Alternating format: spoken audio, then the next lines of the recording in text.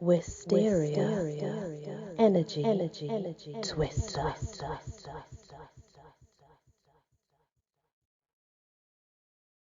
Hello everyone, welcome back to my channel and the world of fairies. I'm really enjoying these, even I've not heard of them, you know. So our next one is Alcino and Alcinda. Now, Alcinda meant light, was an nymph from Greek mythology, and she was charged with the care of feeding of the infant god Zeus. Alcino was a nymph from obviously mythology of classical Greece and Rome, one of the naiads. She was one of the many nurses of the infant god Zeus. Now, it does put Jupiter in brackets here because they are somewhat, it's the variations of how they changed and, you know, such alike. Alcyone, one of the Oreads. Alcyone was a nymph from classical Greek mythology, born one of the daughters of Titan Atlas and the ocean nymph Pleione. She was the eldest of the Pleiades, the seven sisters and daughters of Pleione. These sisters were known as the Atlantides. Alcyone had a long-standing love affair with the god of sea Poseidon, by which she bore many children, also called Neptune. Depends on which mythology you're looking at. So, Alecto, one of the three Furies from the classical Greek mythology. Alecto was Envy, the sister who specialized in maintaining justice. She, like her sisters, were described as looking like an old hag with bat wings, bloodshot eyes, snakes in her hair. As sometime they were confused as being Gorgon. The ancient Greek tragedian, yes, he claimed that in 456 BC. They were also claimed to be sisters and daughters of the night, while the tragedian Sophocles, or also known as the tragedian Sophocles, which was 406 BC, said they were daughter of Skotos, the personification of darkness and the earth. So it really does vary, you know, regarding as on what you want to believe. I guess it depends on which folklore you're looking at. And it's one of those things where I think times will change, you know, and things will change through time. Whether they do carry on to do that through time, who knows? We're not going to go to elf because we did that. It's the German word, basically. For elf, we did that in the British ones. But it's also been known as used for dwarfs as well. So then we have alfa, and the variations are alb, alberish, alfablot, and alfir. Alfa came from Scandinavian folklore and was named in the Nibelungian saga. A singular entity was originally seen as a being half god and half dwarf. After the introduction of Christianity, he was demoted into the demon of diseases and nightmares. Interesting how they got demoted after, don't you think? Because they did, looking at them all. Helfhelm. So in Scandinavian mythology, Helfhelm was the city inhabited by the light elves. And as we've said before, the Joslafar was also the location of the home of the god of rain, sunshine, vegetation, Freya. Alfriki. Alfriki was one of the many dwarfs named in the Voluspa, the first and best known poem of the Poetic Edda, a collection of Old Norse poems dating back to about AD 985. Alfrig, also known as Alfric, Norse mythology. Alfrig, whole beloved, was one of the four Brinsingamen dwarfs who were created the prize necklace for goddess Freya. They created the prize necklace for goddess Freya.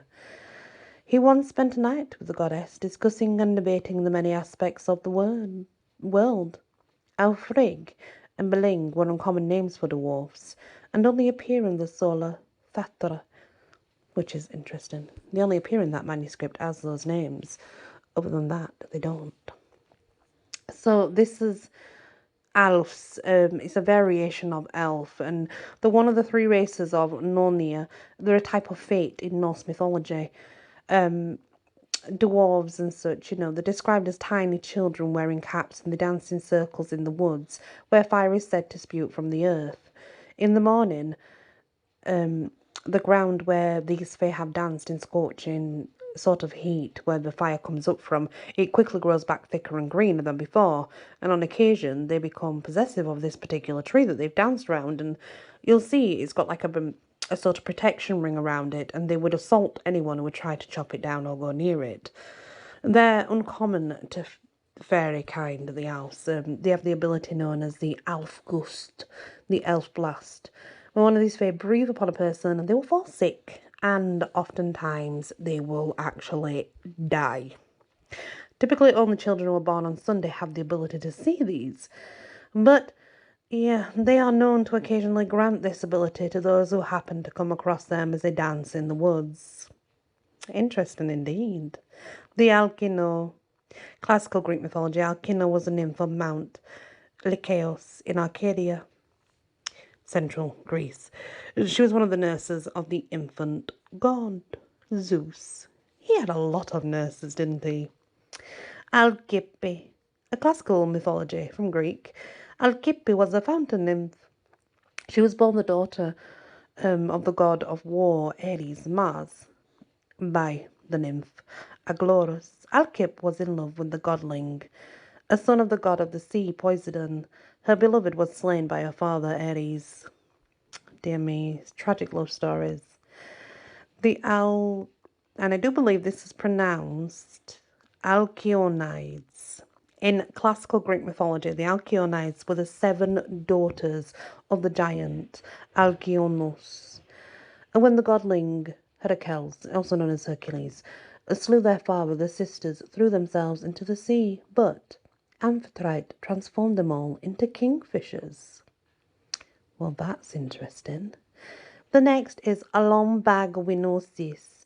Alombagwinosis. This is mythology of the Abenaki Indians of New England. And the Alombagwinosis were a race of injurious aquatic dwarfs who lived in deep pools, rivers, and lakes, in areas where the water was particularly turbulent. They came up underneath canoes and capsized them in the hopes of drowning its occupants. Very powerful fae. They had the ability to increase their size at will. They could come extremely large or small, just in a blink of an eye. Now, they were underwater, so it's believed they have underwater communities, but their stories were sort of isolated into individual living rather than a community, though it is believed there is a community of them down there. They possessed a magical pot also. When a few grains of maize were added to it, the pot inflated to a huge size, making more than enough food for the community. They were described as being about 3 feet tall, having incredibly black, straight hair growing down past their waist. They did not wear any clothing of any sorts. Normally, these fae preferred to remain hidden and avoid contact with mankind, but to see one of them, well, was considered a death omen, a prediction that you were going to drown, possibly. Oh, that's not nice, is it? Anyway, that's the next part of the World Fairies. I really like learning about these. They're very interesting. Thank you so much for joining me on this adventure. And please hit that like, share if you can. If you've not yet subscribed, please consider doing so. And do drop me a comment because it really helps the channel. Many blessings. Wysteria, energy, twister.